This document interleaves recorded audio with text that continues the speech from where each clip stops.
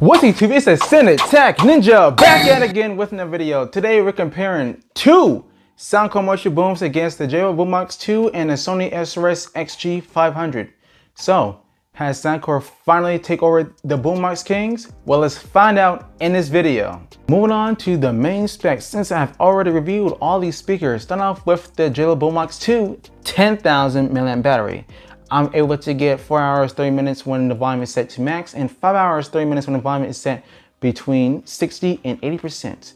The Boombox 2 has Bluetooth 5.1. I'm able to get over 120 feet in range, which is pretty insane. Hashtag bars. When it comes to the speaker layout, the Boombox 2 has two 4.1-inch woofers with two 25mm tweeters and two pass rails on the sides. Rated 120 watts on battery, 160 watts when you plug it in, according to the JBL spreadsheet, so don't look at me funny. Moving on to the Motion Boom's 10,000 mAh battery, I'm able to get 5 hours 42 minutes at maximum volume and 24 hours 52 minutes when the volume is set mostly at 60%, then 70% because these speakers just took way too long to die. In my testing, in a good way. When it comes to the Bluetooth, it has Bluetooth 5.0. I'm able to get 95 feet in range, which is still pretty good for the record. As far as the speaker layout, the Motion Booms has two 2.4-inch titanium woofers with two pass rails on the sides, with the combined output of 60 watts. Look, it may seem like the Boombox 2 is crushing the Motion Booms, but let me tell you right now, the Motion Booms get very loud. Stay tuned for the sound test. Moving on to the SRS-XG500 10,800 mAh battery. I'm able to get 10 hours 8 minutes at maximum volume with the lights turned on and mega bass mostly turned off. Since the battery life is so damn good, I did not bother to test this at lower volumes. Moving on to the Bluetooth, it has Bluetooth 5.0. I'm able to get 115 feet in range. Just keep in mind that Sony is using LDAC, which is great for watching videos and streaming movies, but when it comes to range, it does cut out kind of frequently, so you might want to lower that if you want to get a more seamless connection to like SBC or AAC. As far as the speaker layout, the XG500 has two 4.2-inch square-shaped drivers with two 0.98-inch tweeters and two RGB pass rails on the sides, rated 60 watts on battery, 70 watts when you plug it in.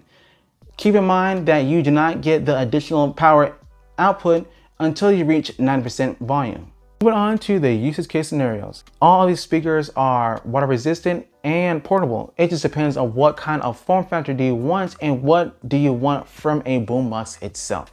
So let's get started off with the Soundcore Motion Booms. When paired together, the Soundcore Motion Booms can cover a large area with a very wide soundstage, including a highly adjustable 9-band EQ to custom tailor the sound to your liking. Just know that the Motion Booms is using true wireless stereo, which means you'll only be able to hear the speakers in stereo and not in sync. This is bad because if you want to hear two Motion Booms in two different areas, you'll only be hearing one channel at a time, and that is worse than mono sound. Besides for that, the Motion Boom's combined weight is only 8.8 pounds compared to the Boombox 2 13 pounds and the XG500 12.3 pounds. You're going to have a much easier time carrying the Motion Booms on the go, but you're going to have your hands full at the same time if you do not get the third-party carrying straps from Amazon for $20, and I need to do that myself. Moving on to the JBL Boombox 2. If you're looking for one high-quality large boombox, then the JBL Boombox 2 is one of your best options with a fabric-wrapped body, two rubber guards to protect the passive radiators. The Boombox 2 is built tougher than the XG500 and the Soundcore Motion Boom's textured hard-shell plastic body, and it happens to scratch much easier than these other two speakers.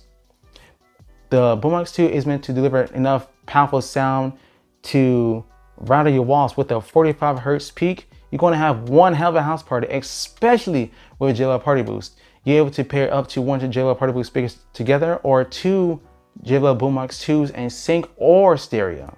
Moving on to the Sony SRS-XG500. This is the best equipped boombox here with two USB Type A charge out ports, a 1/4-inch mic guitar input with gain control, and RGB pass radiators to light up your party and make it look a bit more fun. The X500 is meant for large indoor parties or small outdoor parties. I say this because of the sound signature that Sony has on the highs. It makes it soft so the sound doesn't sound as loud and it doesn't travel as far outdoors. So I say without any extra EQs like power amp or the Dolby Atmos EQ with the OnePlus devices, you can only satisfy up to 8 people. But with Sony Party Connect, you can pair up to 100 Sony Party Connect speakers together. This method is inferior to JBL Party Boost because the pair method isn't as successful, and all of Sony's smaller speakers gradually lowers the volume as you listen to them. So you're only left with the XP500 and the XP700. Moving on to the sound test. It is about time, but before you go, let me tell you on what's going on. The first test will be volume match between 60 to 70% to represent average listening volumes, followed with 100% indoors to get the best performance on battery from each speaker. Next, we take these speakers outdoors and play them at maximum volume, but the Boombox 2 and XG500 will be plugged in because this will be for a party scenario, so you want to get the best performance from each speaker, while the Motion Booms will be playing with my custom EQ. So take this sound test with a grain of salt because you might prefer something different. Without further ado, please put on your headphones for the best sound experience and let the sound test begin.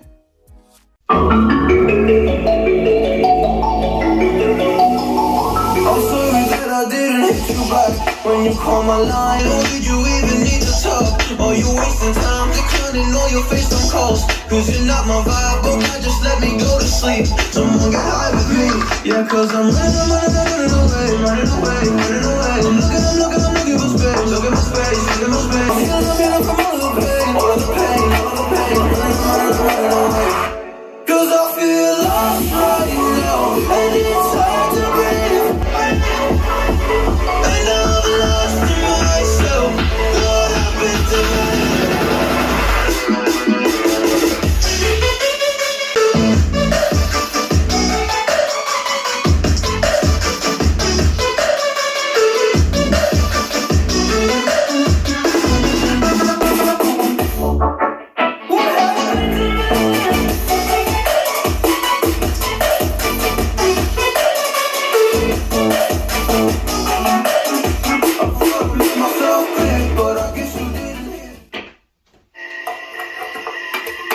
Is it okay if I'm the same? I'm catching feelings from all the demons. I might stray, what do you say? How are you feeling? Is it the same? I hope you're not planning to waste my time. To my surprise, that was her reply. Now you vibe. It's been a while and such a ride, the stars align. I look like I didn't let it go. She was so fat that I just let her know. Now we're together, it's a different mode. We getting crazy in a different role. I love the fact I didn't let her go. She was so fat that I just let her know. Now we're together, it's a different mode. We getting crazy in a different role. We getting crazy in a different role.